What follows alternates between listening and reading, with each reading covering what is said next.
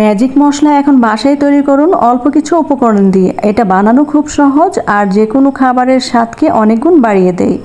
এই মশলাটা একবার বানিয়ে বছর জুড়ে সংরক্ষণ করতে পারবেন। এটা বানানোর পরে আপনারা এয়ারটাইট বক্সে ভরে নর্মাল ফ্রিজে বা নর্মালি এভাবে রাখতে পারেন। এটা অনেক বেশি মজাদার হয় আর যে কোনো খাবারকে অনেক বেশি টেস্টি করে তোলে। এখানে আমি নিয়ে নিয়েছি বেশ কিছু মশলা, আর এই মশলাগুলো আপনারা যে কোনো মুদির দোকানে পেয়ে যাবেন বা চাইলে আদা রসুন গুঁড়াটা নিজেও শুকাতে পারেন। এই মশলাগুলো গড়াই থাকে আর এগুলো দিয়ে এই মশলাটা বানাবো, যেটা আমরা নিত্য নতুন সকল খাবারে ব্যবহার করতে পারবো।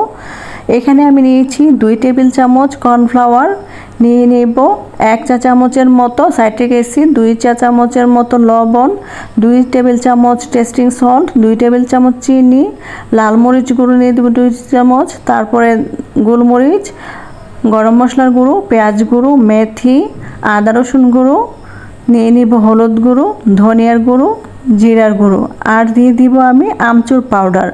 আর আমচুর পাউডারটা আমি কাঁচা আম গ্রেট করে রোদে শুকিয়ে ব্লেন্ড করে নিয়েছি।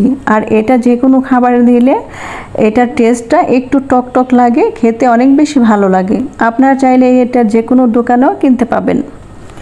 আর এই মশলাটা যদি আপনারা বানান একসাথে অনেকটা পরিমাণে বানিয়ে রাখবেন, তাহলে কোনো ঝামেলা হবে না। পুরো বছর জুড়ে এটা সংরক্ষণ করতে পারবেন আর যে কোনো খাবারে ব্যবহার করতে পারবেন। আমরা রেস্টুরেন্টে যে ধরনের খাবারগুলো খেয়ে থাকি ওই খাবারগুলোতে এরকম মশলা ব্যবহার করা হয়, তার জন্য ওই খাবারগুলো খেতে অনেক বেশি ভালো লাগে।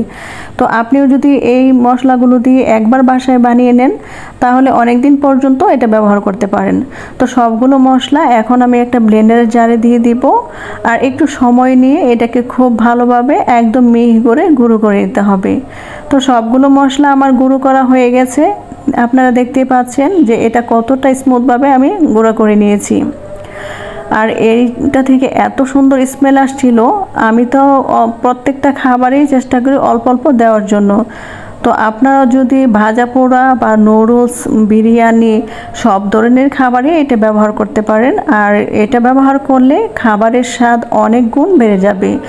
আপনারা আমার রেসিপিটি ফলো করে একবার বানিয়ে দেখবেন, আমি গ্যারান্টি দিয়ে বলতে পারি যে আমার রেসিপি ফলো করে যদি আপনারা বানান তাহলে বাজার থেকে 1 প্যাকেট ম্যাগি মশলা কিনে এনে এটার সাথে মিলাবেন, কোনো অংশে কম হবে না।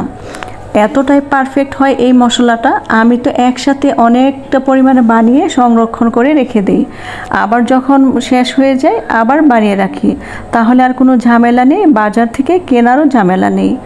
আমার ভিডিওটি যদি ভালো লেগে থাকে অবশ্যই বন্ধুদের সাথে শেয়ার করে দিবেন। ভিডিওটি ভালো লাগলে লাইক কমেন্ট করতে ভুলবেন না। আমাকে সাপোর্ট করবেন। সবাই ভালো থাকবেন। আল্লাহ হাফেজ।